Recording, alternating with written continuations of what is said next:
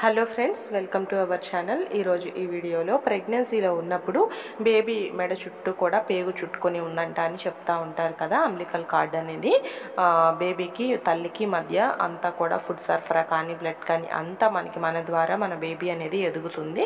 So umbilical card ద్వారా, so మాయా అంటారు తెలుగులో, దాని ద్వారా అది కొంతమంది బేబీస్కి అలా అరౌండ్ అయిపోతుందన్నమాట. మెడ చుట్టూ కూడా ఒక 2 రౌండ్లు అలా పడిపోతూ ఉంటుంది.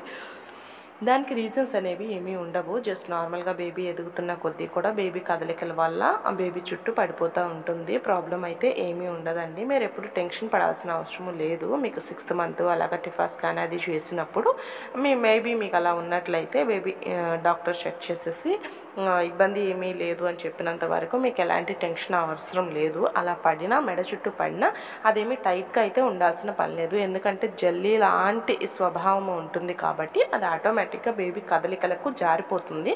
అలాగే అయితే ఉండదు. కొంతమంది అంబ్లికల్ కార్డ్ అలాగా మెడ చుట్టూ ఉంది అని 6 మంత్స్ 7 మంత్స్కి చెప్పినా వాళ్ళు డెలివరీ అయ్యే టైంకి కొంతమందికి ఆటోమేటిక్గానే బేబీ కదలికల వల్ల వెళ్ళిపోయి ఉంటుంది. కొంతమందికి అలానే ఉండొచ్చు. ప్రాబ్లం అయితే ఏమీ ఉండదు. ఎప్పుడైతే బేబీ హార్ట్ బీట్ అనేది మంచిగా రన్ అవుతుంది, ఏం పర్వాలేదు, ఏ మంత్కి ఎలా ఉండాలో అలానే నార్మల్గానే ఉంది అన్నప్పుడు ఆ లూపే ఉంటుంది కాబట్టి డాక్టర్ చెక్ చేసి పర్వాలేదు అంటారు. ఇన్ కేస్ మనకి 8th మంత్ గ్రో స్కాన్ అది చేశారు అన్నప్పుడు మనకి ఏమన్నా హార్ట్ బీట్లో తేడాలు, సిపిజీలో అలా ఏమన్నా తేడాలు అయితే అనిపించినప్పుడు వెంటనే సి సెక్షన్ అనేది ప్లాన్ చేస్తారు. ఒకవేళ అంబ్లికల్ కార్డ్ బేబీ చుట్టూ ఉంది కదా, మాయ బేబీ చుట్టూ పడిపోతే వెంటనే ఈ చేస్తారా అని అంటే సి సెక్షన్ అందరికీ ఉండదండి. 100లో 90% వరకు కూడా ఉండదు. కాకపోతే నార్మల్ డెలివరీ చేసినా కొంచెం టైం అనేది తీసుకుంటుంది తప్ప ఇబ్బంది ఏమి ఉండదు. హార్ట్ బీట్ అంతా మంచిగానే ఉన్నప్పుడు నార్మల్ డెలివరీకి ట్రై చేస్తారు. ఇన్ కేస్ హార్ట్ బీట్లో హెచ్చు తగ్గులు వస్తున్నాయి, బిడ్డ పేగు ఉంది కదా మెడ చుట్టూ, కొంచెం టైట్నెస్ అనేది రావచ్చేమో అని డాక్టర్స్కి అనిపిస్తే కంపల్సరీగా సి సెక్షన్ అప్పటికప్పటికి ప్లాన్ చేస్తారు. ఇబ్బంది అయితే ఏమీ ఉండదు. సో 90 పాళ్ళు వరకు ఎలాంటి ఇబ్బంది అయితే ఉండదు.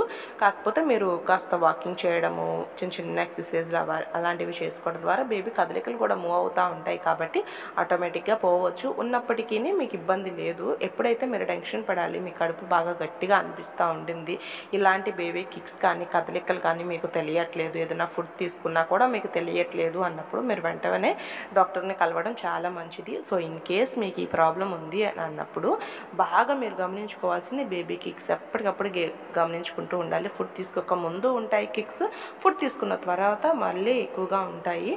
నైట్ టైం కూడా బాగా తెలుస్తూ ఉంటుందన్నమాట. ఈ కిక్స్ అనేవి మీరు బాగా చూసుకుంటూ ఉండాలి. ఈ కిక్సే మీకు మెయిన్. ఎందుకంటే డాక్టర్ దగ్గరికి వెళ్ళినప్పుడే డాక్టర్కి తెలుస్తుంది మీకు ఎలా ఉందనేది. మీరు ఆల్రెడీ మీకు కడుపులో బిడ్డ ఉంటుంది కాబట్టి బేబీ కదలికలు ఎలా ఉన్నాయి అనేది మీరు వెంటనే రికగ్నైజ్ చేయగలుగుతారు. మీ ఎదుటి వాళ్ళకంటే మీకే తల్లికే బాగా తెలుస్తుంది కాబట్టి మీరు గమనించుకుంటూ ఉండాలి. కిక్స్ అనేవి ఏ విధంగా ఉన్నాయి, అంత నార్మల్గానే అనిపిస్తుందా అనేది మీరు చెక్ చేసుకుంటూ ఉండాలన్నమాట. సో ఎక్కువ టెన్షన్ అయితే తీసుకోకండి. ప్రెగ్నెన్సీలో ఎలాంటి టెన్షన్ అవసరం లేదు. కాకపోతే ఏ ఇబ్బంది వచ్చినప్పుడు ఎలాగ మనము కేర్ అనేది తీసుకోవాలి అని తెలుసుకున్నప్పుడు ఆ విధంగా అయితే ముందుకు వెళ్ళవచ్చు. ఇబ్బందులు అయితే ఏమీ ఉండవు. పడుకునేటప్పుడు లేచేటప్పుడు కొంచెం నెమ్మదిగా లెగవండి. Thank you for watching.